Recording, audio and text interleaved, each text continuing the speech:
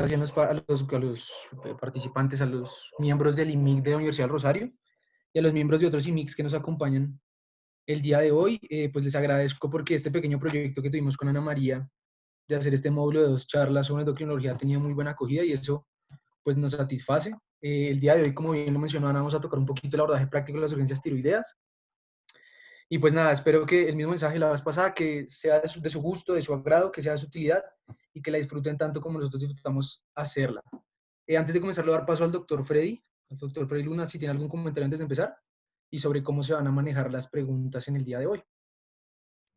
Sí, Juan Pablo, muchas gracias. Bueno, buenas tardes para todos y nuevamente agradeciéndoles estar conectados a todos y bueno, también agradecer a todo el grupo del LIMIC por la organización. El día de hoy discutiremos un abordaje práctico dirigido más un poco a la parte clínica en estos dos temas importantes de las urgencias tiroideas, que bueno, tienen una gran importancia desde el punto de vista de diagnóstico clínico. Y bueno, la dinámica creo que sería iniciar con la revisión y las preguntas las pueden ir desarrollando durante la charla en el chat, sea forma escrita o al final de forma verbal también las pueden.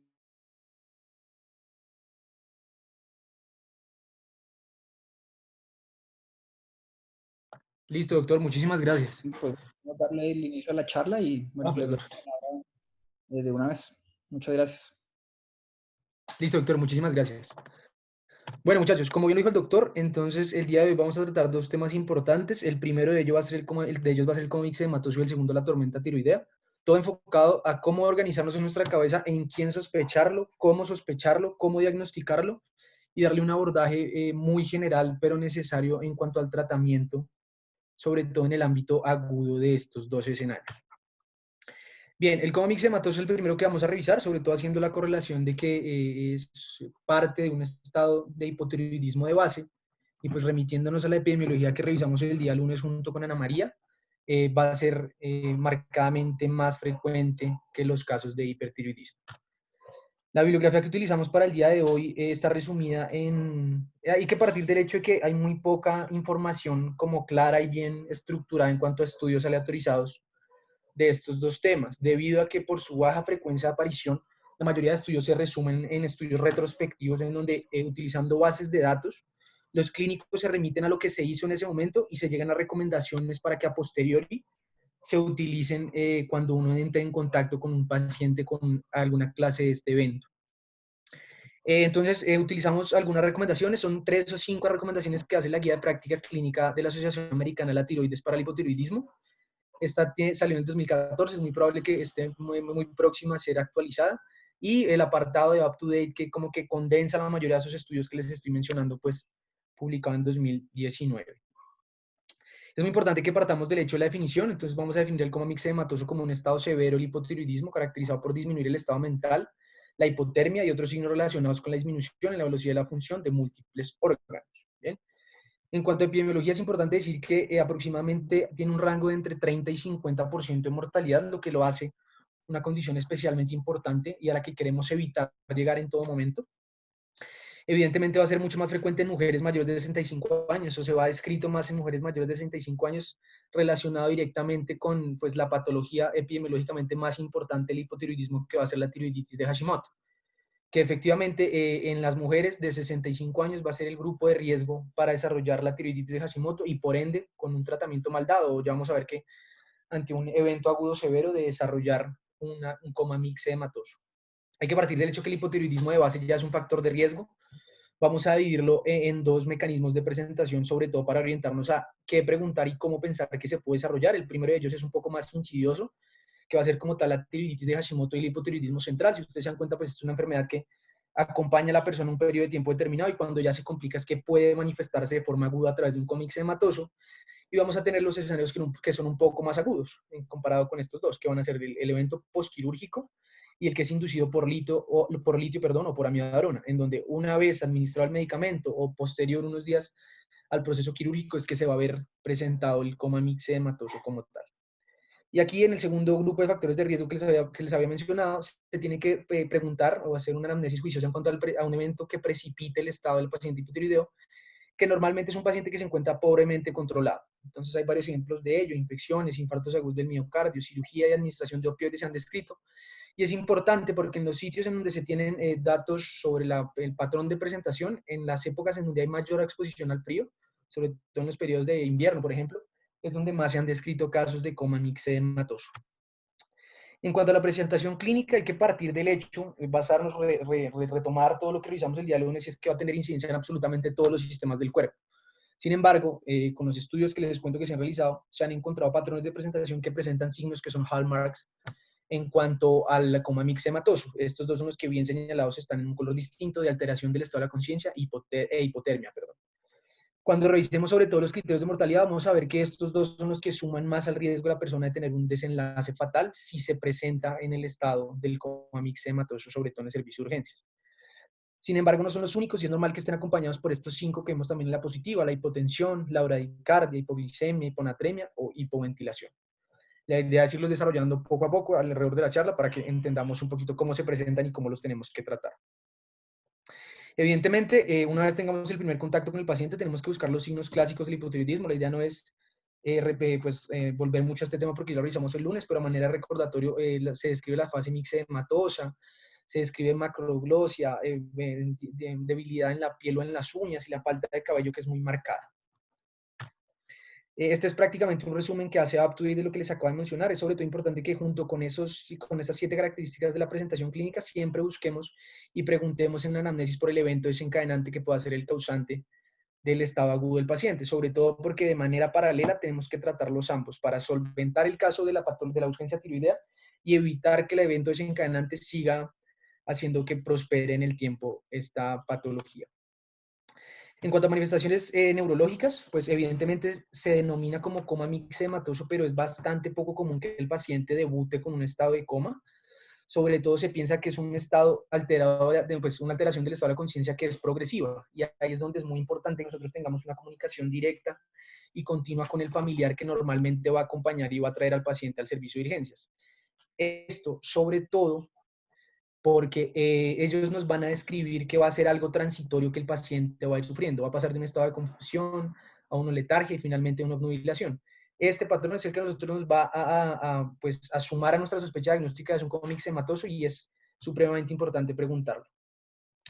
Puede haber presentaciones en convulsiones. Esto evidentemente pues se tiene que solucionar primero el evento de la convulsión para luego yo ir a buscar el coma mixematoso como su origen, ya sean focales o generalizadas. En vista de ello y en busca de encontrar diagnósticos diferenciales, se van a realizar electroencefalogramas o líquido que en los estudios que se han realizado no han tenido mucha importancia en cuanto a los cambios que tienen el coma mixematoso, pero están descritos a la hora de evaluarlo. En cuanto a la hiponatremia, hay que partir del hecho que está en el 50 o estuvo registrada en el 50% de los pacientes que fueron diagnosticados con coma mixedematoso.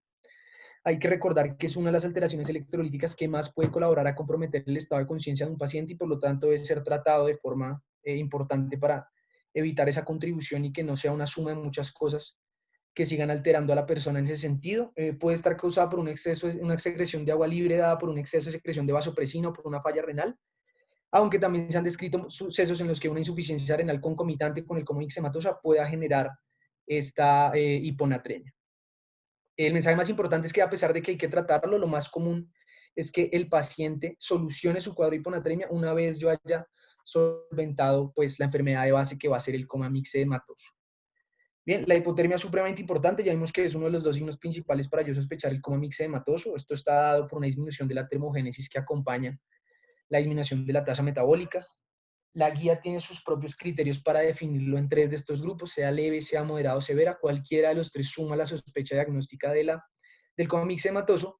Y lo que recomienda, lo más importante, es que sean mediciones seriadas. Vamos a tener 2 escenarios importantes en los que sí es de utilidad hacer las mediciones seriadas. El primero de ellos es con el fin de evitar falsos positivos. Claramente un paciente que tenga toda la clínica pero que no tenga hipotermia no se puede descartar el coma mixedematoso, pero lo mejor es hacer una toma que me suma la sospecha diagnóstica, y el otro escenario es la dificultad para la primera medición, que es la misma dinámica. No se tiene que descartar el coma mixedematoso, pero es importante tener una medición clara, sobre todo para ver cómo la terapia ha ido funcionando en este paciente. Bien les mencioné que es uno de los factores que están más asociados a la mortalidad en los pacientes que tienen. Entonces la hipotermia persistente se describe como uno de los predictores de riesgo de mortalidad en el paciente con coma mixedematoso. La presentación de la hipoventilación va a ser una mezcla de la hipoventilación con una acidosis respiratoria como resultado en los gases arteriales. Esto se explica por tres mecanismos fisiopatológicos asociados principalmente a la disminución de la respuesta de los centros respiratorios tanto a la hipoxemia como a la hipercapnia. Hay debilidad muscular y obstrucción mecánica. La debilidad muscular, digamos que está por ese estado hipotiroideo que el paciente ya tiene base, y la obstrucción mecánica es algo más pues que se le atribuye la culpabilidad a ese infiltrado mixedematoso que condiciona al paciente hipotiroideo. Evidentemente, por esta obstrucción mecánica de este mecanismo fisiopatológico que les estoy diciendo, es que el paciente que vaya a requerir una ventilación mecánica invasiva, una intubación orotraqueal, va a ser considerado como un paciente con vía aérea difícil por este mismo mecanismo. Es importante decir que lo que se ha reportado es que el paciente que haga uso de esa ventilación mecánica invasiva va a necesitar una recuperación de aproximadamente entre 3 a 6 meses por las mismas condiciones de base con las que ya cuenta.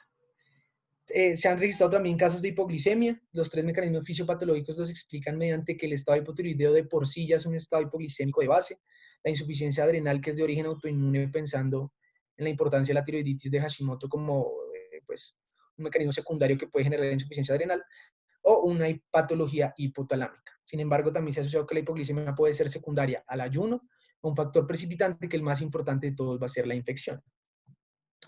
En cuanto a las manifestaciones cardiovasculares, tenemos que partir del hecho de que el paciente hipotiroideo de por sí ya no va a tener un funcionamiento normal de su sistema cardiovascular. En ese sentido, vamos a encontrar valores normales de hipertensión diastólica, un menor gasto cardíaco y una estrecha presión de pulso en el paciente hipotiroideo. ¿Qué pasa? Cuando hay un evento de un coma mixematoso, lo que cambia es que se genera un hipotiroidismo severo y consecuente con ello van a haber manifestaciones del sistema cardiovascular pues severas en comparación con las que ya tiene de base. El ejemplo de ello va a ser una bradicardia, contractilidad del miocardio disminuida, un bajo gasto cardíaco mucho más disminuido comparado con el que ya venía manejando el paciente, y en muchos casos hay presencia de hipotensión. Es muy frecuente, o fue muy frecuente en los estudios, encontrar el derrame pericárdico. Al examen físico también hubo resultados positivos de ruidos cardíacos disminuidos, en electrocardiograma hubo mediciones con bajo voltaje, en la radiografía de tórax hubo silueta cardíaca agrandada secundaria también a ese derrame pericárdico. Es la misma dinámica, la misma lógica que hemos revisado en las anteriores manifestaciones, que una vez solventado el caso de hipotiroidismo de base, el paciente va a solucionar las demás manifestaciones que son sistémicas. Bien, es importante que una vez que yo tenga al paciente con los factores de riesgo y la presentación clínica que a mí me haga sospechar del coma mixedematoso, el diagnóstico va a constar de cuatro importantes pilares. El primero, o de tres más bien. El primero de ellos es una historia clínica minuciosa, en la que yo voy a buscar, aparte del antecedente patológico del hipotiroidismo como tal, antecedentes quirúrgicos en busca de una tiroidectomía, por ejemplo, el examen físico, estigmas de tiroidectomías. Voy a hacer una historia clínica minuciosa en donde busque cualquier otro causante de ese evento agudo, como puede ser una terapia de yodo radioactivo previa. Y lo importante es, aparte de buscar los síntomas del hipotiroidismo, lo que yo les mencionaba sobre la alteración del estado de conciencia que va a ser progresiva.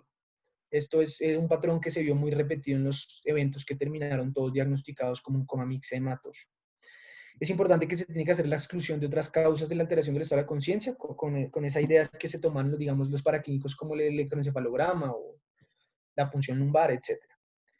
Y ha venido surgiendo un paradigma, sobre todo desde el 2014, tal vez paralelo con la publicación de las guías de práctica clínica de la Sociedad Americana de la Tiroides, en el que se propuso un score diagnóstico para facilitar, bueno, primero les voy a mostrar pues esto es un estigma de tiroidectomías que es algo que hay que ser muy juiciosos a la hora de buscar en el examen físico. Pero bueno, digamos que desde el 2014 sube el paradigma de la posibilidad de crear un score diagnóstico que le facilite al clínico agrupar todas esas manifestaciones clínicas que va a tener el paciente y sumar a su sospecha diagnóstica del coma mixedematoso. Surge esta publicación en el 2014 que evidentemente, debido a la falta de casos que tenemos del coma mixedematoso, pues no cuenta con una cohorte bastante amplia como para decir que es estadísticamente importante. Sin embargo, pues si ustedes se dan cuenta, de los 22 coma mixematosos que fueron diagnosticados antes de hacer uso del score diagnóstico, 16 en los que se hizo uso del score diagnóstico, pues evidentemente fueron diagnosticados también con coma mixematoso, lo que le da una sensibilidad aproximada del 100% y una especificidad del 85.71%, llegando a la conclusión de que es un score diagnóstico útil, sobre todo con el fin de ayudar al clínico a solucionar las dudas que tenga sobre la presentación y pues acercarse mucho más al diagnóstico del paciente. es el score diagnóstico, digamos que la idea no es detenernos mucho en eso, si ustedes se dan cuenta es todo lo que ya hemos revisado, la temperatura, la alteración del estado de la conciencia, hallazgos gastrointestinales, difusión cardiovascular, etc. En cuanto a los laboratorios, es importante tener una medición de la TSH y la tiroxina libre. Esto sobre todo que para efectos del tratamiento va a ser muy importante partir de una medición inicial cuando el paciente debuta con el cuadro para ver si la terapia está funcionando de manera adecuada. Sin embargo, pues es algo que vamos a ver más adelante. Y vamos a tomar una prueba del cortisol, sobre todo del cortisol con respuesta a estrés, con el fin de valorar la función de la glándula adrenal. Evitando o buscando y tratando de descartar que no haya una insuficiencia adrenal secundaria al estado del coma mixedematoso. Como exámenes complementarios, puedo tomar el electrocardiograma, sobre todo para monitorizar el estado hemodinámico del paciente, una radiografía de tórax para valorar el derrame pericárdico que habíamos hablado anteriormente y unos gases arteriales. También son válidos para sumar al score diagnóstico, sobre todo. Estos van a ser los hallazgos que nosotros vamos a tener dependiendo de la fisiopatología que explique el hipotiroidismo que tiene el paciente. Evidentemente, si yo tengo un hipotiroidismo primario, aparte de la tiroxina disminuida, voy a tener una TSH que busca compensar esa disminución de la tiroxina, entonces va a estar elevada. Sin embargo, si tengo un hipotiroidismo central, la TSH no va a estar elevada, puede estar levemente elevada a comparación del hipotiroidismo primario. Lo más común es que se encuentre disminuida o en valores completamente normales. Aquí les traigo una imagen de uno de los hallazgos que podemos encontrar. Digamos que este específicamente no tiene la bradicardia que sería característica del paciente, pero sí es evidente la disminución en el voltaje de varias derivaciones, ¿bien? Que es algo con los que nos podemos encontrar a la hora de valorar al paciente. Y esta siguiente imagen es una imagen que es consistente con un derrame pericárdico, que también hay que buscar y que fue común encontrarlo en el paciente con coma mixedematoso. Evidentemente, pues si el derrame pericárdico procede a un taponamiento cardíaco, eso va a generar unos cambios en la manifestación clínica que se tiene que tratar de forma paralela. O mejor, se trata primero la emergencia para luego empezar al tratamiento del coma mixedematoso como tal. Ya metiéndonos en el tema del tratamiento, es importante que no se demorar esperando la confirmación de laboratorios. Se tienen que tomar los laboratorios, pero no se espera que me confirme el estado de hipotiroidismo como tal. Y ante la sospecha se inicia un tratamiento de forma agresiva. Sobre todo porque la mayoría de los estudios que se revisaron no demostraron que el inicio del tratamiento agresivo disminuya de forma importante la mortalidad. Bien, entonces es importante que pues tengamos como ese colchón del tiempo de haber iniciado el tratamiento de forma precoz. Va a constar de 4 pilares importantes del tratamiento. El primero de ellos va a ser la suplencia de hormona tiroidea, el segundo la terapia con glucocorticoides, el tercero las medidas de soporte y el cuarto el manejo del evento desencadenante, que los que más se reportaron aparte de la infección fue el sangrado gastrointestinal. Ahí es el mismo mensaje, se tiene que tratar de forma paralela con el coma mixedematoso para evitar que prospere en el tiempo el cuadro. Entonces, vamos a desglosar cada uno de esos 3 pilares. El primero va a ser el tratamiento con hormona tiroidea. Hay 2 teorías en las que se plantea que se puede dar monoterapia o terapia dual. Digamos que la lógica que los clínicos manejaron a la hora de iniciar una monoterapia es que yo puedo evitar como variar más el estado del funcionamiento dinámico del eje de la tiroides. Entonces, esto quiere decir, si yo solo le reemplazo T4, que es la que en teoría le está haciendo falta porque no está funcionando su glándula tiroides, las deionidasas tisulares van a cumplir su función de forma normal y se va a reemplazar la T3 que en teoría no tengo por la falta de acción de la glándula tiroides.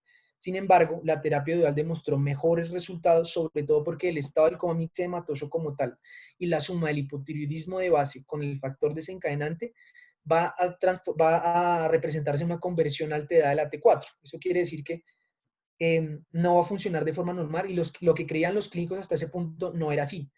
La T4 no iba a funcionar de forma normal y la mayoría de ionidasas no iban a formar igual, por lo que dar solo T4 no era lo indicado. Entonces, evidentemente, pues tuvo mejoría en el inicio de acción en cuanto a la actividad metabólica, debido a que, pues como revisamos el día lunes, la T3 es mucho más activa metabólicamente hablando que la T4. Claramente esto depende de la disponibilidad que tengamos del medicamento. Es raro, es muy poco común. El doctor me corregirá al final de qué disponibilidad hay de T3, pero esto es lo que reportan pues quienes se han dedicado a estudiar este tema como tal. Tenemos las dosis, la idea no es hacer mucho énfasis en ella. Lo que les quiero dejar es que es un rango amplio, sobre todo para corregirlo en dado caso de algo que vamos a revisar más adelante. Y el fin último es recuperar la vía oral del paciente. Una vez el paciente esté estabilizado y pueda recuperar su vía oral, lo que yo voy a hacer es reemplazarle esa T4 que recibió de forma intravenosa dentro del hospital para que a largo plazo el paciente se eviten eventos como el que lo trajo en ese momento el servicio de urgencias. Los reportes han sido que la mejora en la TH sérica una vez dada la terapia con levotiroxina van a ser entre 2 y 4 microgramos sobre decilitro, lo que prácticamente va a normalizar los valores bioquímicos del paciente. Digamos que es importante sobre todo en cuanto a la monitorización, hacerla diaria o interdiaria, esto también dependiendo del cuadro clínico del paciente, el estado en el que se encuentre y cómo haya ido avanzando. Y es importante que haya mejoría tanto clínica como bioquímica, perdón, una semana después de iniciar el tratamiento. Precisamente por eso es que la toma de la que habíamos hablado de TSH en el estado agudo del paciente es muy importante. Va a ser nuestro punto de partida para medir si hay o no falla terapéutica. Entonces, todas las recomendaciones dicen que luego de una semana con terapia dual, al menos tiene que disminuir un 50% ese valor de TH originario del paciente. Si no, se va a considerar como una falla terapéutica y es cuando yo voy a empezar a cambiar el rango que les había mencionado sobre la terapia intravenosa. La mejoría clínica va a estar dada por una mejoría en el estado de conciencia del paciente y sobre todo por una recuperación de la función cardiopulmonar del paciente que le permita pues mantenerse vivo por sus propias condiciones. Y a largo plazo, y la conclusión a la que yo quiero llegar es que el paciente va a irse con su levotiroxina vía oral, que tiene que tener varias consideraciones. Son importantes unas de base como el peso, la edad del paciente, el riesgo cardiovascular y sobre todo el manejo que recibió de forma intravenosa en su tratamiento del coma mixedematoso.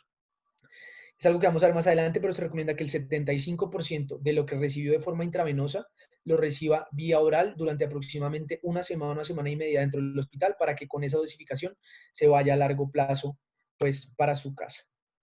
Los glucocorticoides son dosificados en una dosis que se conoce como dosis de estrés, sobre todo de hidrocortisona intravenosa 100 miligramos cada 8 horas, ante la posibilidad de tener una insuficiencia adrenal, sea secundaria o primaria, que es lo que les decía sobre el mecanismo fisiopatológico que explique el hipotiroidismo como tal. Es importante decir que se van a administrar los glucocorticoides todo el tiempo hasta que yo logre descartar que tengo una insuficiencia adrenal. Bien. En cuanto a las medidas de soporte, son importantísimas. En los casos que se registraron, si se daban en las primeras 24 horas, iban a tener una marcada importancia entre la supervivencia y la mortalidad de los pacientes. Entonces, es algo que se tiene que iniciar de forma precoz. Se dice que todo paciente que sea diagnosticado con un coma mixematoso tiene que ser tratado en la unidad de cuidado intensivo. Y en cuanto a los antibióticos, sobre todo se recomienda que sea un paciente que esté evidentemente crítico, que esté críticamente enfermo, o un paciente que esté en estado comatoso. Eso claramente hay que correlacionarlo con la historia, con el factor desencadenante. Todo es una consecución de información que uno va ganando desde la primera vez que ve a su paciente. Es importante hacer la salvedad que el manejo de la hipotermia debe ser pasivo, sobre todo por el riesgo de que hay de que si yo hago un manejo activo, puedo generar una vasodilatación y empeorar el cuadro hipotensivo con el que normalmente va a cursar el paciente. Entonces la recomendación que se hace es que se haga con mantas únicamente. Cuando tenemos episodios de hipotensión dados por estas cifras de presión arterial sistólica y de presión arterial media, lo primero que tenemos que tener en cuenta es que puede estar originada por el hipotiroidismo. Entonces, no quiere decir que yo no lo vaya a tratar, sobre todo pensando en las consecuencias deleterias que puede tener para el paciente, pero sin embargo, lo más común es que después de horas y días de iniciado el tratamiento juicioso que ya habíamos revisado, mejoren los valores de la tensión arterial. Sin embargo, pues ante la necesidad se utilizan bolos de 500 cc, se da solución salina de lactato de Ringer y ante la falla de la resucitación hídrica puede hacer uso de los vasopresores. La hiponatremia se tiene que tratar, sobre todo porque les decía, porque puede contribuir a la alteración del estado de la conciencia, entonces la recomendación que se hacen es que se eviten líquidos diluidos con tal de que todo lo que yo le quiera reemplazar al paciente sea reemplazado de la mejor manera posible. Y finalmente, para solventar la hipoglicemia, se utilizan soluciones dextrosadas, pues para controlar, digamos, este caso. Este es un resumen, dos salvedades que les quiero hacer, lo que les mencionaba sobre la dosis oral, que aproximadamente va a ser el 75% de la que recibió dentro del hospital, tiene que ser una semana y media de tratamiento intrahospitalario con esa dosis, viendo cómo es el avance, la monitorización de las arritmias en todo momento y listo, no sería nada más en ese caso. Entonces, finalmente, les dejo estos 6 predictores de mortalidad, que fue la conclusión a la que llegaron los estudios, la edad avanzada, las complicaciones cardíacas intrahospitalarias, la hipotermia persistente y la alteración del estado de la conciencia como los dos signos importantes a buscar en el primer contacto con el paciente, el uso de ventilación mecánica no invasiva y sepsis. Todos los pacientes que en algún momento de su estadía dentro del hospital tuvieron algunas de estas manifestaciones, tuvieron un mayor rango de mortalidad que los demás. Finalmente, los mensajes para la casa de este primer punto de la charla es que el diagnóstico del coma ixematoso nace de una alta sospecha clínica que suma los antecedentes del paciente junto a los factores de riesgos y pues un examen físico muy juicioso. La alteración del estado de la conciencia y la hipotermia van a ser los dos signos principales que yo voy a buscar en el paciente y lo voy a complementar con los otros 5 que mencionamos. Una sospecha temprana, un diagnóstico pronto y un tratamiento agresivo pueden mejorar, a pesar de que no se ha visto en los estudios esa mejoría, es mandatorio hacerlo para evitar que los rangos de mortalidad se amplíen. Y finalmente, se dice que es un campo que está en estudio. Si ustedes se dan cuenta, pues la guía de práctica clínica se resume a cuatro recomendaciones y todos los casos son retrospectivos. Estas son recomendaciones que se dan para que a posteriori se puedan poner en práctica si uno llega a encontrarse con un paciente que curse con un coma mixedematoso. Listo. La otra parte de la charla, muchachos, es sobre la tormenta tiroidea. Digamos que aquí tenemos una ventaja muy grande y es que esta sí ha sido un poco más estudiada en comparación con el coma mixedematoso. Vamos a partir del hecho de que de forma paralela, casi paralela, la diferencia en 2 o 3 meses si la memoria no me falla, las guías de práctica clínica de hipertiroidismo y otras causas de tiroxicosis de la Sociedad Americana salieron a la par con las guías de práctica clínica específicas de la tormenta tiroidea realizadas en Japón. ¿Bien? Ellos hicieron un estudio juicioso, también evidentemente pues son eh, estudios retrospectivos en los que los diagnósticos previos de sus bases de datos fueron tomados para llegar a conclusiones sobre cómo se trataron antes y cómo las recomendaciones hacen que se tengan que tratar después. Para complementarlo, la Guía Europea del 2018 sobre la enfermedad de Graves, apartados de up-to-date específicos de la tormenta tiroidea y una revisión que hace Lancet sobre el hipertiroidismo.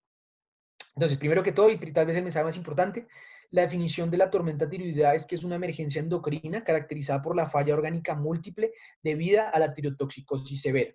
Para entender un poquito más esta definición, pues vamos a desglosarla como en pequeñas definiciones. La primera ya es el hipertiroidismo, ya sabemos que es un exceso de síntesis y secreción de la glándula tiroides, evidentemente de hormona tiroidea. La tirotoxicosis son las manifestaciones clínicas consecuentes con el aumento, la liberación o simplemente la presencia de hormonas tiroideas en la circulación sistémica. Hay que hacer la salvedad de la presencia, sobre todo de esta palabra de presencia, ya más adelante se darán cuenta por qué. Y la definición para efectos de juntarlo todo con las tres definiciones, es decir, que la tormenta tiroidea es un estado hipermetabólico inducido por la excesiva síntesis, liberación o presencia de hormonas tiroideas en individuos con tirotoxicosis. Prácticamente el escenario que nos plantean cada una de estas tres definiciones es que hay una historia natural de la enfermedad que va a partir de un hipertiroidismo, que sus manifestaciones clínicas definidas como una tirotoxicosis exacerbadas me van a llevar a una tormenta tiroidea, prácticamente. Espero que eso haya quedado claro.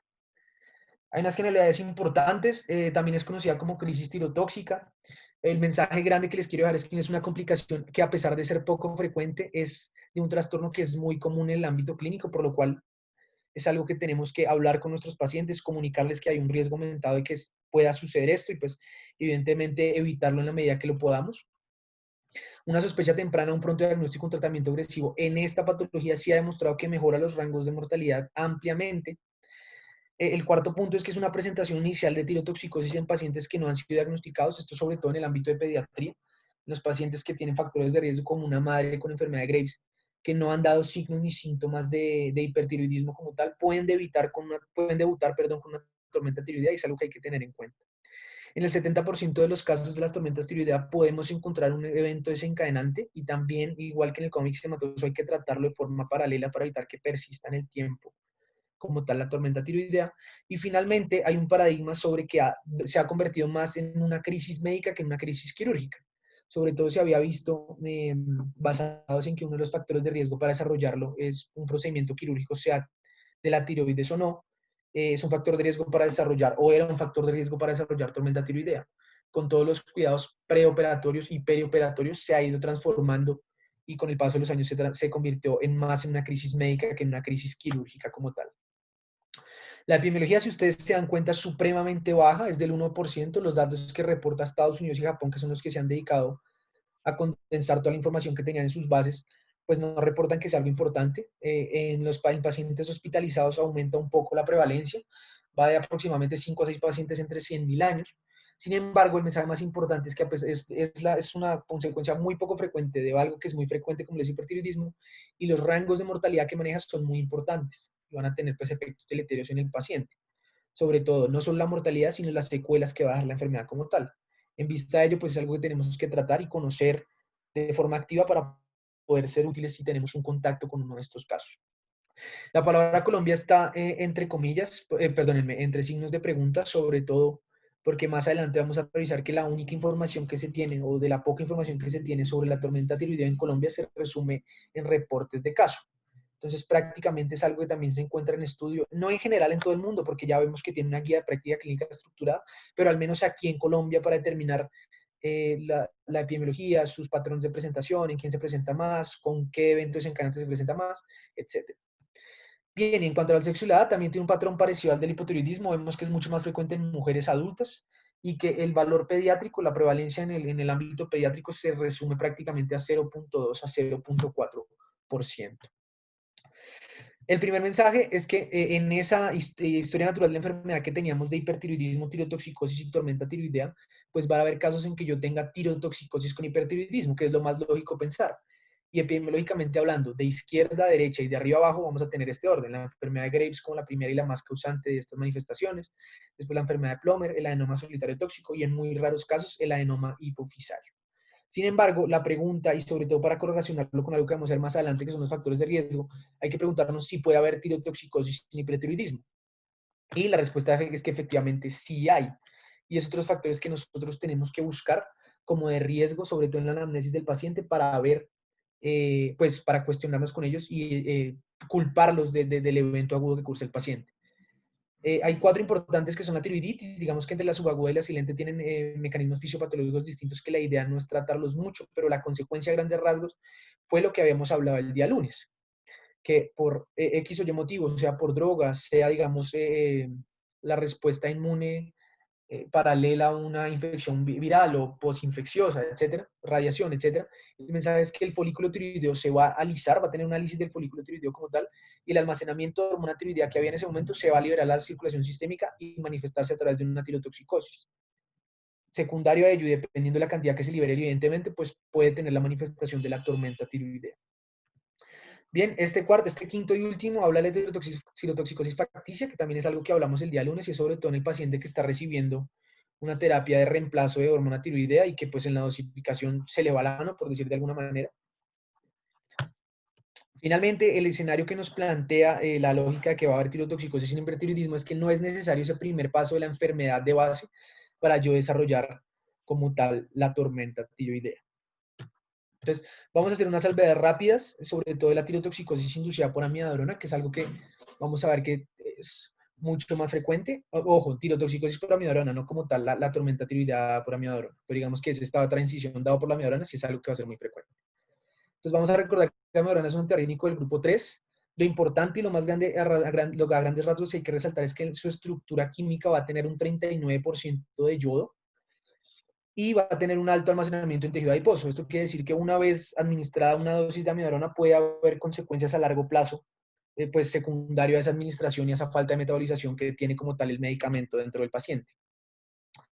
¿Esto qué quiere decir? Digamos que de forma normal la amiodarona va a tener efectos sobre la glándula tiroides, no en el escenario de una tirotoxicosis, pero va a haber sobre todo metabolitos secundarios a la amiodarona que van a actuar como competidores, como antagonistas de las hormonas tiroideas. Es solo uno. También se ha descrito que hay deionidasas que son inhibidas por la presencia de amiodarona. Eso en un escenario normal.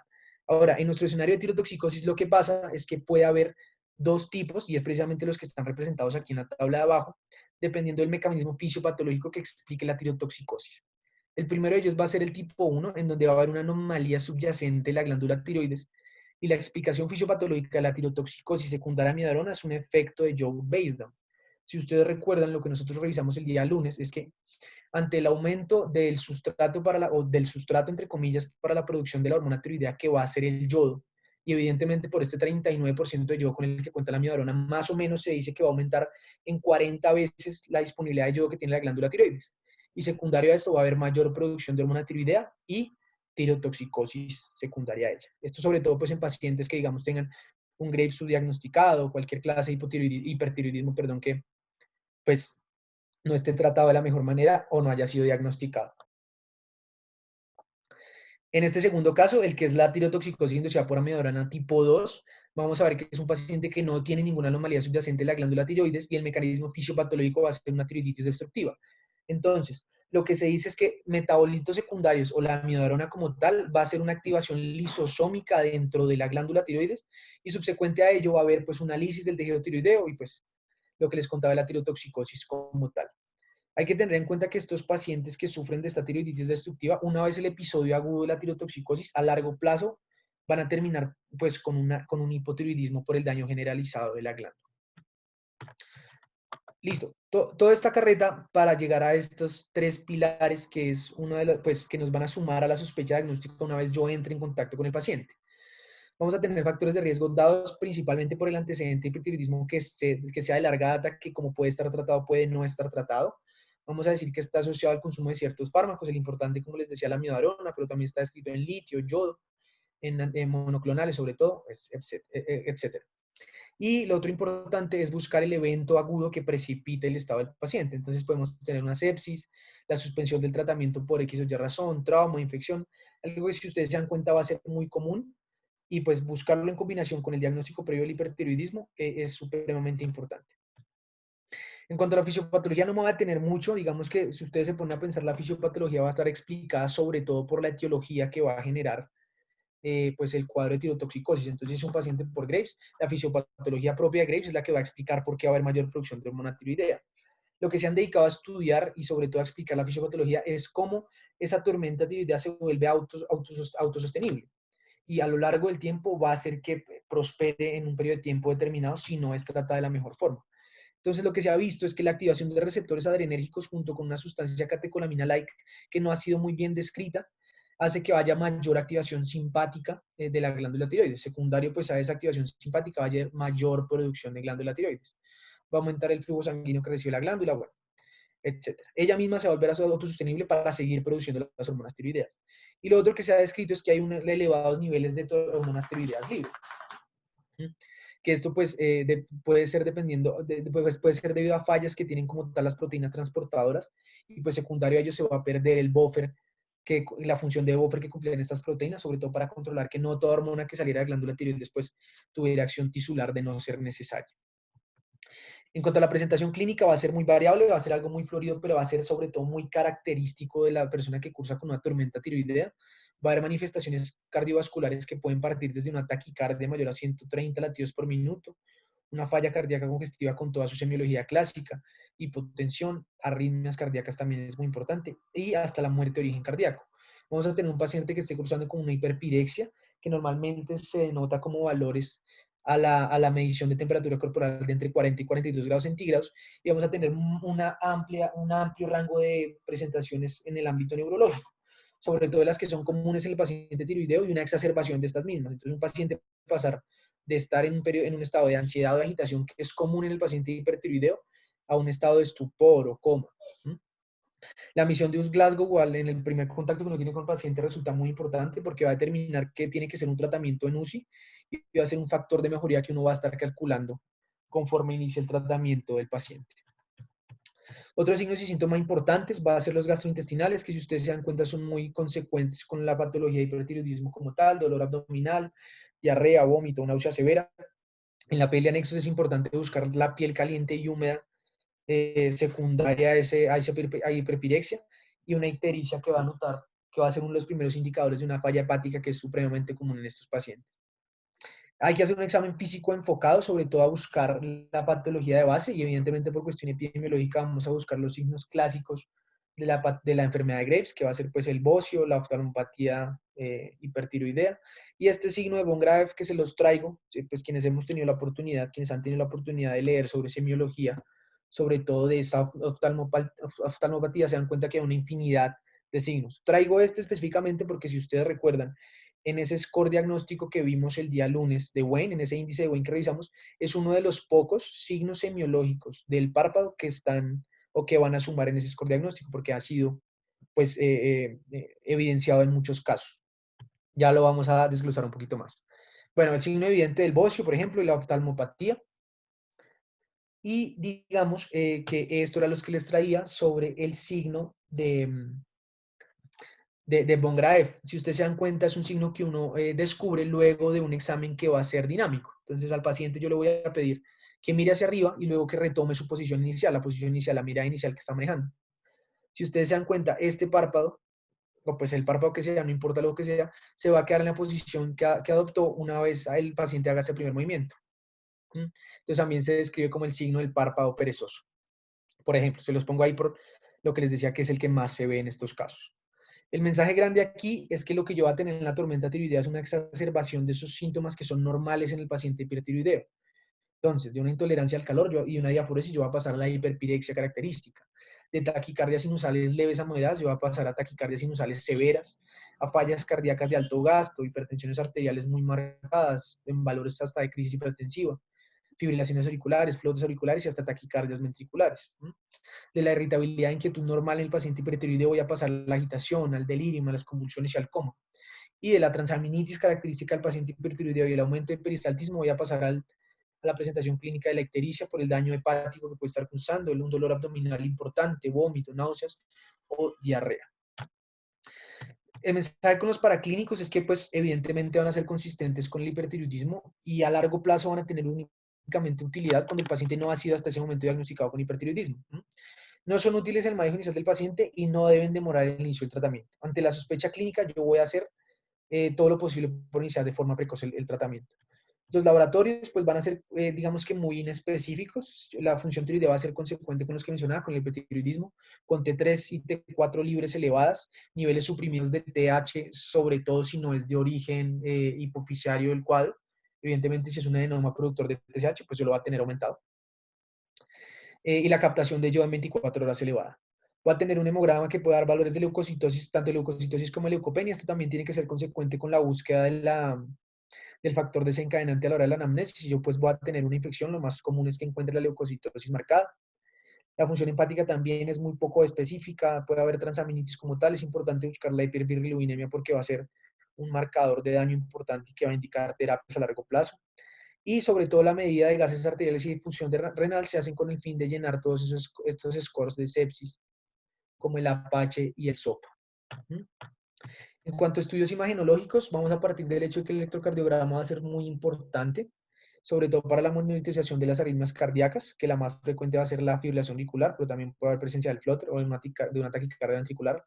La radiografía del tórax, sobre todo secundaria a esa falla cardíaca con la que el paciente va a cursar en el evento agudo, va a revelar la cardiomegalia secundaria, asimismo puede tener un edema pulmonar, o vamos a tener el escenario en el que va a haber la evidencia del desencadenante, que puede ser prácticamente pues, una neumonía. Finalmente, y cuando después de todos estos exámenes yo voy a tener un diagnóstico incierto, yo voy a pensar en que puede ser otra cosa, el TAC de cráneo está indicado sobre todo para los diagnósticos diferenciales que uno tiene que pensar con la alteración del estado de la conciencia. Bueno, este es un ejemplo de una fibrilación auricular con la que yo me puedo encontrar, también de ciertas radiografías de tórax, derrames sobre edemas pulmonares sobre todo, y esta es la otra presentación que puedo tener, que si se dan cuenta, pues aquí tenemos una consolidación que sería consecuente con que la neumonía sea la causante del cuadro agudo del paciente. En cuanto al diagnóstico, llegamos prácticamente a lo más importante. Se basa en hallazgos clínicos, más no en exámenes de laboratorio. Esto es importante. Y la clínica del paciente, si la clínica del paciente es consistente con la tormenta tiroidea, no se demorar en iniciar el tratamiento. Entonces vamos a partir del hecho de que desde 1993 hasta el 2012 había un único score diagnóstico. En el 2012 surgió el de la Asociación Japonesa de la Tiroides, sobre todo después de una revisión de aproximadamente 99 casos que ellos hicieron de pacientes diagnosticados con tormenta tiroidea y que prácticamente funcionan con los mismos criterios. Tienen algunas diferencias que ya vamos a revisar, pero prácticamente son lo mismo. Esta primera es la Bursche-Wartowski. Va a revisar todos los que ya hemos revisado, que son manifestaciones clínicas comunes en el paciente.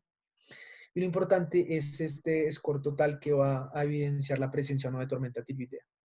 Si ustedes se dan cuenta, la mayoría de todos son eh, evidencias del primer contacto con el paciente en cuanto a la temperatura, la taquicardia. Hay otros como la fibrilación auricular y digamos en el escenario de la falla cardíaca que aquí se clasifica por la presencia de un shock cardiogénico en el caso de lo severo, moderado en el caso del hallazgo de un edema pulmonar, etc. pero prácticamente en el escenario clínico yo ya puedo estadificar al paciente en una tormenta tiroidea, ya puedo sumar los 45 puntos que serían consecuentes con la tormenta tiroidea y que me darían la opción o se hace la recomendación que una vez diagnosticada se tiene que iniciar el tratamiento agresivo. Este es el estudio que les estaba mostrando, que hizo en 2002 y que dio origen al score diagnóstico. Y este es el score diagnóstico prácticamente. Digamos que la única diferencia marcada que tiene este score diagnóstico con la escala Bush-Bartovsky es que el prerequisito para el diagnóstico tiene que ser la presencia de tirotoxicosis en una medición bioquímica de la glándula tiroides. Vamos a ver qué hacen unas salvedades porque no todo estado del paciente me va a permitir hacer una toma de estas hormonas. Y pues evidentemente si la sospecha clínica es muy amplia, lo importante es tratarlo. Si ustedes se dan cuenta, tiene los 5 mismos criterios para valorarlo. No me voy a tener mucho en eso. Va a ofrecer estas combinaciones, dos que son tormenta tiroidea definitiva y dos que son tormenta tiroidea sospechada. Solo voy a hacer una salvedad acá y es que si ustedes se dan cuenta en este primer requerimiento, en la primera combinación de diagnóstico, si yo tengo tirotoxicosis, alteración del sistema nervioso central y cualquiera de las otras características, ya es suficiente para yo tener un diagnóstico definitivo de tormenta tiroidea. Sin embargo, en esta combinación alternativa, si yo no tengo alteración del estado de la conciencia, necesito 3 de las otras alteraciones consecuentes con la tormenta tiroidea para yo diagnosticar al mi paciente con, pues al menos con la combinación definitiva. Se hace la salvedad, primero que todo, de que si no puedo medir las hormonas tiroideas como tal y cumplir con el prerequisito de tirotoxicosis, no importa si la clínica es consecuente con tormenta tiroidea, voy a tratar al paciente con una tormenta tiroidea, a pesar de que todas las manifestaciones puedan ser subsecuentes a la enfermedad de base. No voy a creer que solo tiene la enfermedad de base, sino voy a creer que tiene una tormenta tiroidea secundaria a la enfermedad de base y se va a tratar de la misma forma. El otro mensaje importante, y es a los requerimientos del diagnóstico que les hacía, es que ellos en el estudio de los 99 casos que hicieron se dieron cuenta que el paciente que tenía cualquier clase de alteración en el estado de la conciencia necesitaba un tratamiento mucho más agresivo. Porque todos los que tuvieron alteración del estado de la conciencia tuvieron peores desenlaces en comparación a quienes no lo tuvieron. Digamos, como toda guía de práctica clínica, se basaron en estudios sobre todo comparativos entre las dos escalas y es prácticamente que llegaron a la conclusión de lo que les había dicho. La japonesa se dio cuenta que los pacientes con alteración del sistema nervioso necesitaban una terapia más agresiva, pero sin embargo, en vista de ello y sobre todo en vista del prerequisito que ellos cumplían, la escala de Bush-Bartovsky hizo que más pacientes entraran en la UCI que después de todo lo iban a necesitar. El mensaje es que cualquiera de las dos sirven. En la poca experiencia que yo llevo y prácticamente todo se ha resumido a casos clínicos que son teóricos, los doctores prefieren el uso de la de Bush-Bartovsky. Listo, una vez que yo tenga el diagnóstico ya hecho del paciente con tormenta tiroidea, lo que yo voy a pensar es dónde lo voy a dejar. Y el mensaje más grande es que todo paciente, o la recomendación al menos que hace la guía japonesa, es que todo paciente con la sospecha de una tormenta tiroidea tiene que ser llevado a la unidad de cuidado intensivo. Si yo estoy en un lugar donde no tengo unidad de cuidado intensivo, tengo que hacer todos los trámites para poderlo llevar a la unidad de cuidado intensivo y velar porque pueda tener la mejor recuperación. Se establece el criterio de Apache mayor a 9, sobre todo porque los estudios refirieron que todos los pacientes que después de diagnosticar su tormenta tiroidea y solventado el cuadro agudo, tuvieron un valor de Apache a la entrada. Esto quiere decir que el Apache no es necesario. Ante la sospecha, ingreso al paciente a la UCI y luego sí me pongo a calcular el Apache. Pero, en fin, el manejo inicial va a estar dado por estos 4 pilares. Vamos a partir del hecho en que todo momento va a tener que buscar diagnósticos diferenciales sin dejar de lado la tormenta tiroidea y tratarla como se debe. Ante la evidencia clínica de necesidad de administración de tiamina lo voy a hacer. Ante un paciente que yo vea que está marcadamente con una desnutrición, si yo tengo es necesario la administración de líquidos endovenosos y soluciones glucosadas, sobre todo en pro de estabilizar al paciente. Hay medidas de soporte que se resumen prácticamente en medidas de reanimación, el suplemento de oxígeno a necesidad, la corrección de anormalidades electrolíticas, sea cual sea la normalidad, y de ser necesario, si hay un compromiso hemodinámico, pues tratar las arritmias como tal. Una recomendación importante, y es algo en lo que son muy enfáticos en la guía, es que se tiene que hacer un control agresivo de la hipertermia, sobre todo porque esto puede condicionar el estado de deshidratación que el paciente ya va a estar cursando. Entonces ya vamos a ver cómo se trata como tal. Bien, la guía de práctica clínica japonesa resume el tratamiento de la tormenta tiroidea en estos 5 pilares. El primero de ellos va a ser la disminución de la síntesis y secreción de hormona tiroidea, el segundo la reducción de la circulación, el tercero el control de los efectos periféricos, el cuarto la resolución de las manifestaciones sistémicas y el quinto el manejo del evento precipitante. La recomendación, y aparece como la primera de todo, es que ese enfoque multimodal es el que va a disminuir los rangos de mortalidad que pueden alcanzar los pacientes con tormenta tiroidea y pues que se tiene que dar de forma paralela para solventar cada uno de estos 5 parámetros como tal. El primer medicamento del que voy a hacer uso son las tionamidas, la droga antitiroidea. En este caso, pues tenemos dos importantes, el propiltiuracilo y el metimazol. El mecanismo mediante el cual ellos van a ser útiles es que van a inhibir la tiroperoxidasa. Y pues como recordamos de la charla del lunes, sin la acción normal de la tiroperoxidasa, prácticamente la síntesis de hormona tiroidea van a estar inhibidas por completo. Hay cierta duda sobre cuál de los dos es mejor, pues evidentemente el metimazol, la dosis que recomiendan es vía oral y muchos de los pacientes van a tener comprometido su tracto gastrointestinal. Se dice que el propiltiuracilo, y es por lo que lo prefiere en muchos casos la guía americana, a dosis amplias, más o menos de 400 miligramos día, bloquea la conversión a T4 y a T3. Y el último mensaje es que están contraindicados en tiroiditis destructiva, evidentemente por pues, la fisiopatología que explica pues, el caso de la tiroiditis destructiva. Los japoneses intentaron compararlo, cuáles eran los desenlaces de los pacientes a los que se le administraba únicamente metimazol y a los que se le administraba el propiltiuracilo, para ver cuál es la recomendación que ellos tienen que dar. Y si ustedes se dan cuenta, aquí en este segundo apartado de las drogas antitiroideas, a los dos pacientes que se les dio solo metimazol y a los pacientes que se les dio solo el propiltiuracilo, los desenlaces en mortalidad van a ser prácticamente los mismos. Sin embargo, y es algo que uno se tiene que dar cuenta, en los pacientes que se trataron en Japón al menos, 273 fueron con metimazol y 45 fueron con propiltiuracilo. Esto nos deja la conclusión y básicamente es la recomendación que hace la guía práctica clínica, que lo que ellos piensan que es lo mejor es que en el paciente que está severamente enfermo, lo que yo voy a preferir es una administración de metimazol. Ahí hay un montón de consideraciones y sobre todo cambia el asunto porque en Japón hay disponibilidad del metimazol intravenoso, algo que no es muy común y que al menos el doctor también me corregirá, no está disponible aquí en Colombia hasta donde yo sé. Sobre todo la recomendación es utilizada en Inglaterra, en donde a pesar de que no está disponible en todo momento, los laboratorios están en la capacidad de desarrollarlo cuando se necesite. Se han estudiado otras vías de administración que, digamos, no son muy importantes, pero son útiles cuando el paciente tenga alguna contraindicación para las otras dos vías. Hay que estar muy pendientes de los eventos adversos que puede generar, sobre todo el prurito y la erupción, la granulocitosis y la disfunción hepática. Esto va a ser importante, la disfunción hepática y sobre todo efectos teratogénicos en el escenario en que yo tengo una paciente embarazada. ¿Por qué? En el primer trimestre de embarazo yo voy a preferir sobre todo el propiltiuracilo porque se ha descrito teratogenicidad en la paciente con el metimazol. Sin embargo, la disfunción hepática secundaria al propiltiuracilo va a hacer que esté totalmente contraindicada o al menos que requiera una revisión mucho más juiciosa de los niveles de función hepática de la paciente en el segundo y en el tercer trimestre de embarazo. Es importante que la retirada va a ser progresiva, con mejoría de síntomas y una medición juiciosa de la hormona tiroidea. Bien, el otro medicamento que debo administrar para disminuir esa síntesis de la hormona tiroidea va a ser el yodo. Voy a tener dos opciones de yodo como tal, el inorgánico dado por el Lugol o por el yoduro de sodio como tal, el contraste yodado dado por el ácido iopanoico. Esto sobre todo se van a explicar mediante el síndrome Wolff-Chaikoff que revisamos el día lunes, en el que si yo aumento la cantidad de yodo disponible en la glándula tiroides, lo que voy a generar es un hipotiroidismo transitorio. Entonces este síndrome Wolff-Chaikoff va a tener utilidad en el aspecto farmacológico como tal. Sin embargo, si yo no tengo la disponibilidad del yodo en cualquiera de estas tres presentaciones, puedo utilizar el carbonato de litio, pero ahí sí la explicación de por qué es útil cambia un poquito. No va a tener ninguna relación con el síndrome de Wolff-Chaikoff y lo que va a hacer el carbonato de litio es inhibir la proteólisis desde el coloide, que también pues evidentemente va a disminuir la producción de hormona tiroidea.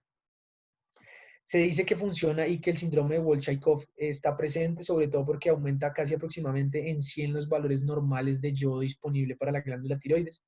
Y aparte de eso, tiene como algo concomitante y es que disminuye el flujo sanguíneo tiroideo. Si ustedes recuerdan en lo que revisamos de la fisiopatología, es una de las causas por las cuales la tormenta tiroidea de no ser tratada va a perdurar en el tiempo. Entonces, prácticamente podemos llegar a la conclusión de que el yodo va a atacar en dos frentes la tormenta tiroidea como tal. Se tenía el paradigma y en este momento se tiene.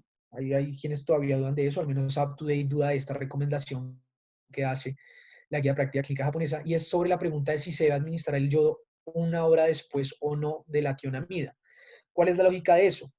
se pensaba que si yo lo administro antes o si lo administro junto con el yodo, lo que va a hacer es que en vez de hacer un fenómeno de Wolff-Chaikoff, lo que va a generar es un efecto de yodo base down.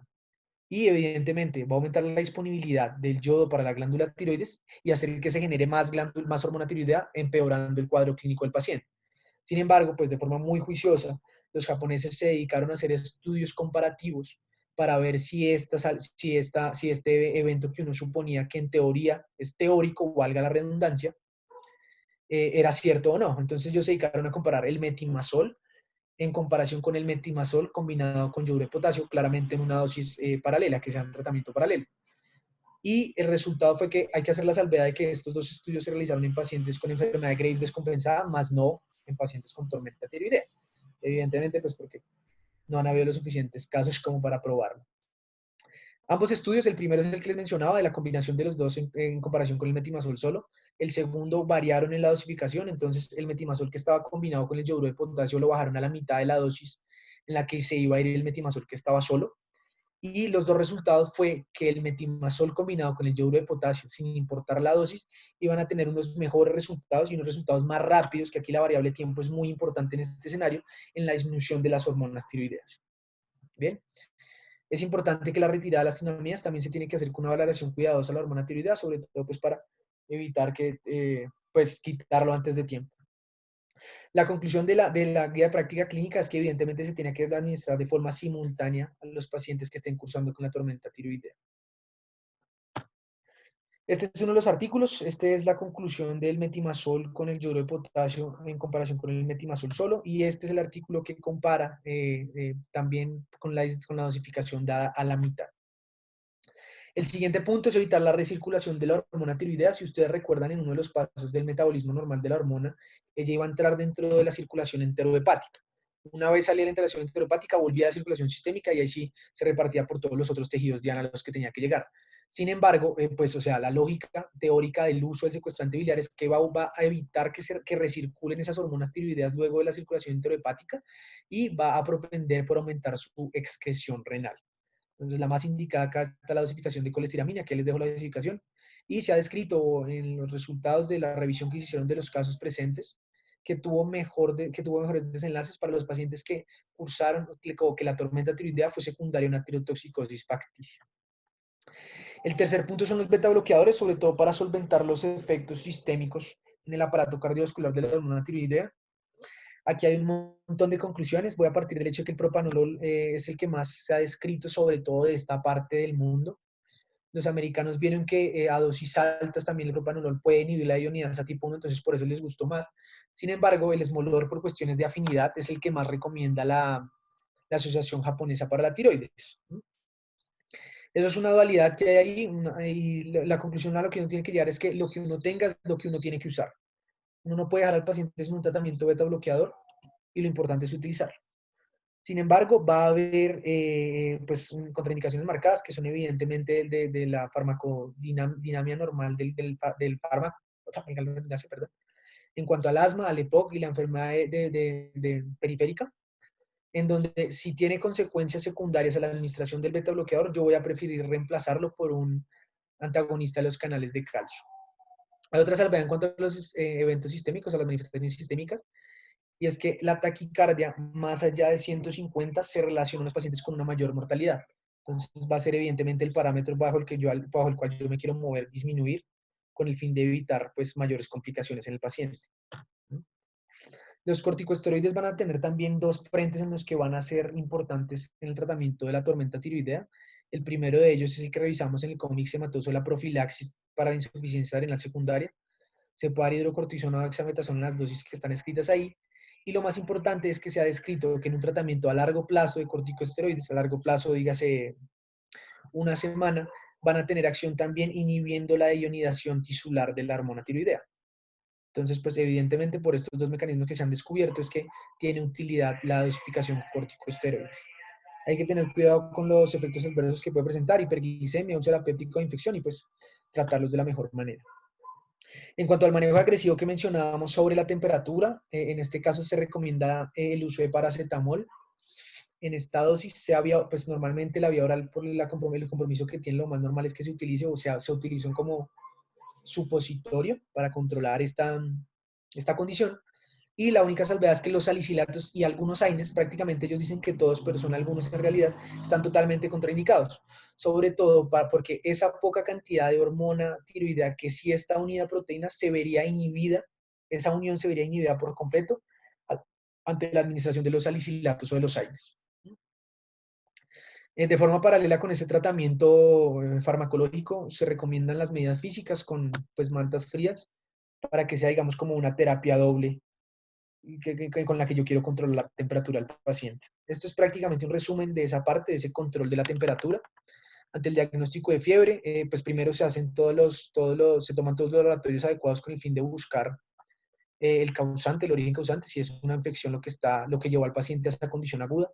Se hace el enfriamiento con las mantas frías que le está mencionando y se administra acetaminofén. En cuanto a la infección, si hay infección, si es positivo para la infección, se considera la administración de antibióticos, ellos prefieren los carbapenémicos. Y si no es de infección, lo que se trata es de cuidar al paciente para evitar una infección intrahospitalaria, ¿bien? Que puede condicionar pues, el escenario del paciente como tal. Ya para terminar, muchachos, digamos que si uno pues tiene en su cabeza como cómo diagnosticarlo y darle este primer enfoque farmacológicamente hablando, pues el punto de partida desde allá ya es más un manejo dentro de la unidad de cuidados intensivos con varias condiciones específicas de cada especialidad. Entonces, un ejemplo a grandes rasgos. El paciente con tormenta tiroidea se cree que va a cursar con una coagulación intravascular diseminada de forma casi, o sea, prácticamente se cree que todo paciente con tormenta tiroidea puede generar la coagulación intravascular diseminada, por lo cual con el chatbacks, perdón, yo voy a estadificarlo y empezarle un tratamiento pues para prevenir la coagulación intravascular diseminada. La idea no es hacer mucho énfasis en eso porque eso ya es un tratamiento específico de cada una de las especialidades que recomiendan lo traten. El mensaje grande acá, pues esto evidentemente es un resumen, un flujograma que hace la Asociación Japonesa, entonces vamos a verlo ante los síntomas, los signos clínicos y sobre todo la revisión juiciosa en la anamnesis del paciente, se calcula la posibilidad de la tormenta tiroidea, se diagnostica utilizando los criterios que se hacen y ante la sospecha, pues si ustedes se dan cuenta, lo que ellos primero recomiendan es la toma por aquello de que un prerequisito va a ser esa tirotoxicosis bioquímica para yo poder clasificarlo como una tormenta tiroidea. Sin embargo, lo importante es pasar en este punto en donde una vez ya esté el diagnóstico y yo ya esté en un hospital donde tengo una unidad de cuidados intensivos, voy a empezar el tratamiento intensivo del que hemos venido hablando. Este es otro resumen que se hace.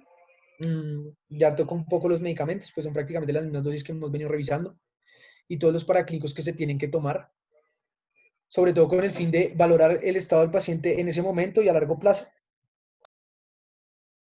Y también, pues, corroborar la mejoría clínica y paraclínica del paciente a lo largo de su tratamiento.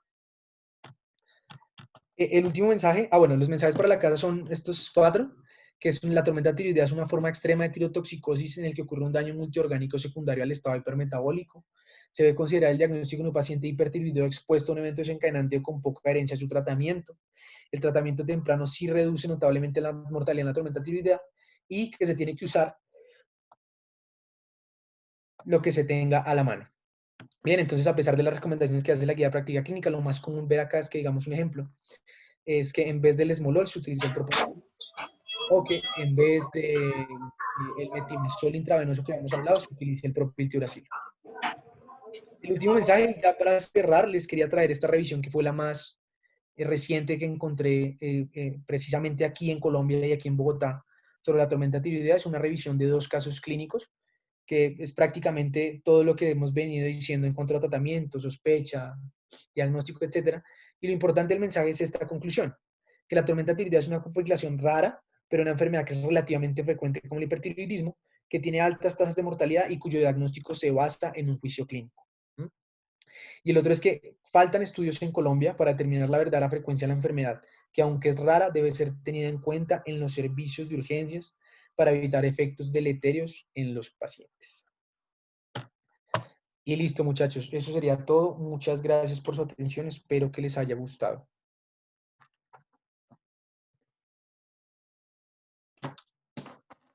Bueno, gracias a ti, Juan Pablo. En verdad estuvo súper completa y muy concisa la revisión. No sé si el doctor quiere hacer algún comentario antes de empezar las preguntas y pues les recuerdo a los asistentes que las preguntas las pueden ir escribiendo en el chat.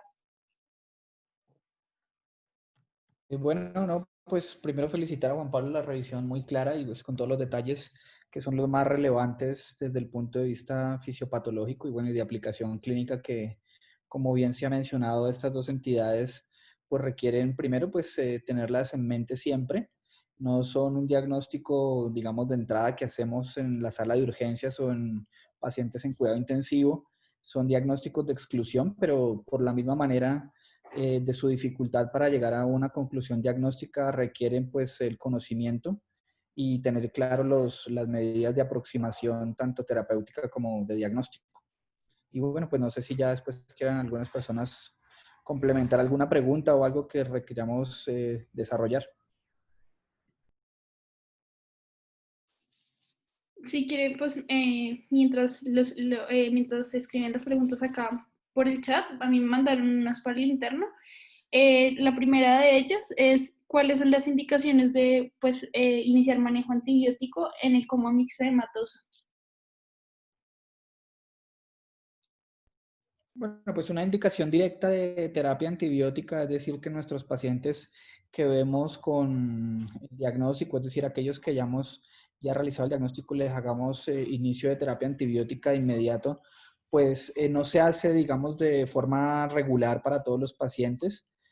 Solamente, digamos, lo aplicamos en aquellos pacientes en los que en el momento del diagnóstico del coma mixedematoso, que es usual que pueda pasar, se acompañe como de un detonante, es decir, que el factor desencadenante del coma mixedematoso se acompañe de una infección que se documente al examen clínico o en las pruebas de laboratorio, pues en ese momento se indica la terapia antibiótica, digamos, como una terapia coadyuvante y más que coadyuvante, como asociada al manejo que debe ser agresivo, como ya lo mencionó Juan Pablo, en este tipo de pacientes, pero no lo hacemos de rutina para todos los pacientes, no está recomendado.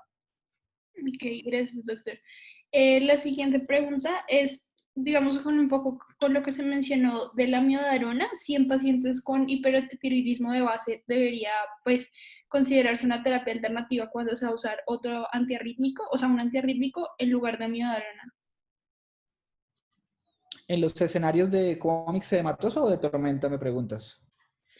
Creo que o sea, es más en un paciente que tenga de base pues un hipertiroidismo y que necesita pues por alguna indicación clínica el uso de algún antiarrítmico, sí No, digamos. preferiría uno como evitar la miodarona.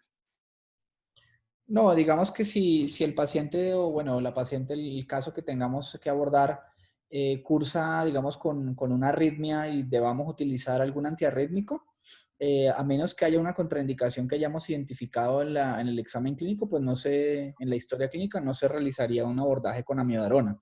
Pero si es solamente el antecedente de hipertiroidismo y requerimos utilizar amiodarona considerando que cursa con una taquiarritmia que obligue a terapia antiarrítmica de urgencia, no, digamos que no se debe proscribir, no está proscrita la miodarona, debe utilizarse, porque pues no es que nuestros pacientes con hipertiroidismo les administremos amiodarona y ellos ya en forma inmediata vayan a tener una alteración, digamos, que sobrepase el riesgo-beneficio de su uso. Lo que hacemos en ese escenario es, se utiliza el antiarrítmico y pues digamos debemos estar muy al tanto de la función tiroidea. Ok, gracias, doctor. Por aquí tenía otra pregunta que me han hecho y es, pues, que si podían recordar una persona que me dice que no pudo estar en la charla del lunes, un poco de cómo sería la fisiopatología de la tirotoxicosis sin hipertiroidismo. No, digamos que como ya había mencionado Juan Pablo, digamos que ese es como un cuadro paralelo en el cual digamos que lo que ocurre es una alteración de la secreción de las hormonas tiroideas producto generalmente de una lesión o de una injuria aguda que generalmente puede ser en el caso de radiación, sea radiación ionizante, radioterapia o radiofármacos vía oral que hacen una lesión o sí, generan un daño en el folículo de forma aguda y transitoria. Y el otro escenario es aquellos pacientes que están cursando con una tiroiditis aguda o subaguda, que generalmente no tienen el antecedente de enfermedad, digamos, de tirotoxicosis, sino que lo que hacen es una reacción inflamatoria aguda que es transitoria y que al cabo de más o menos 4 semanas se resuelve. Es decir, que ellos no tienen, digamos, de base una enfermedad tiroidea, sino es solamente una inflamación que generalmente en el escenario de las tiroiditis es viral, es por agentes virales, y el otro es por causas, digamos, iatrogénicas, radioterapia especialmente. Listo, doctor. La otra pregunta que tenía, creo que es la última. ¿En qué escenarios uno prefiere en un coma mixedematoso usar una monoterapia? O sea, ¿en qué casos se hace necesario una terapia dual? Bueno, digamos que la recomendación terapéutica de los pacientes o de, sí, de los pacientes que veamos con coma mixedematoso, pues la recomendación directa es que cuando los abordemos farmacológicamente se pueda combinar en forma intravenosa ambas moléculas, es decir, que utilicemos tanto T3 como T4, esa es la recomendación, es la que mejor grado de evidencia y de recomendación tiene, que es grado 2C, pero la disponibilidad de estos fármacos, pues digamos que no está tan fácil, no es tan a la mano. Incluso la forma intravenosa de la T4 es muy difícil de encontrar, no está disponible en cualquier centro. Generalmente lo tenemos a la mano en centros de cuarto nivel. Entonces, incluso a veces tenemos que echar mano de la T4 en forma oral y pasarla a través de una sonda nasogástrica, que bueno, es una forma más empírica, por así decirlo, cuando no tenemos ninguna disponibilidad. Y la T3 en forma oral o intravenosa, pues aquí en Colombia no es tan sencillo obtenerla. Generalmente utilizamos T4 intravenosa. Listo, doctor. Esas eran las preguntas que a mí me habían enviado. No sé si alguien más quiere hacer alguna pregunta, quiere escribirla o en este momento abrir su micrófono para hacerla.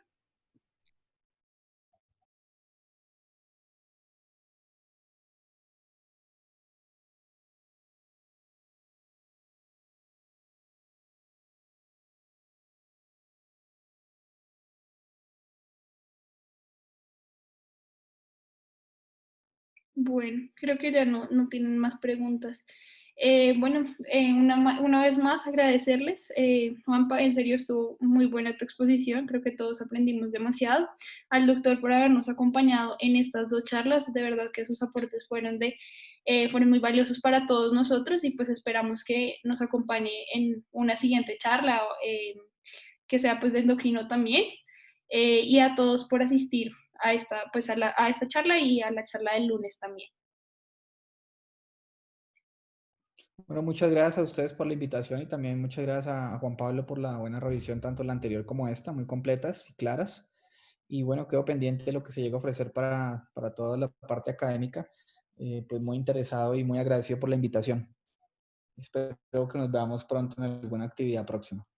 Nosotros con usted, doctor. Muchas gracias.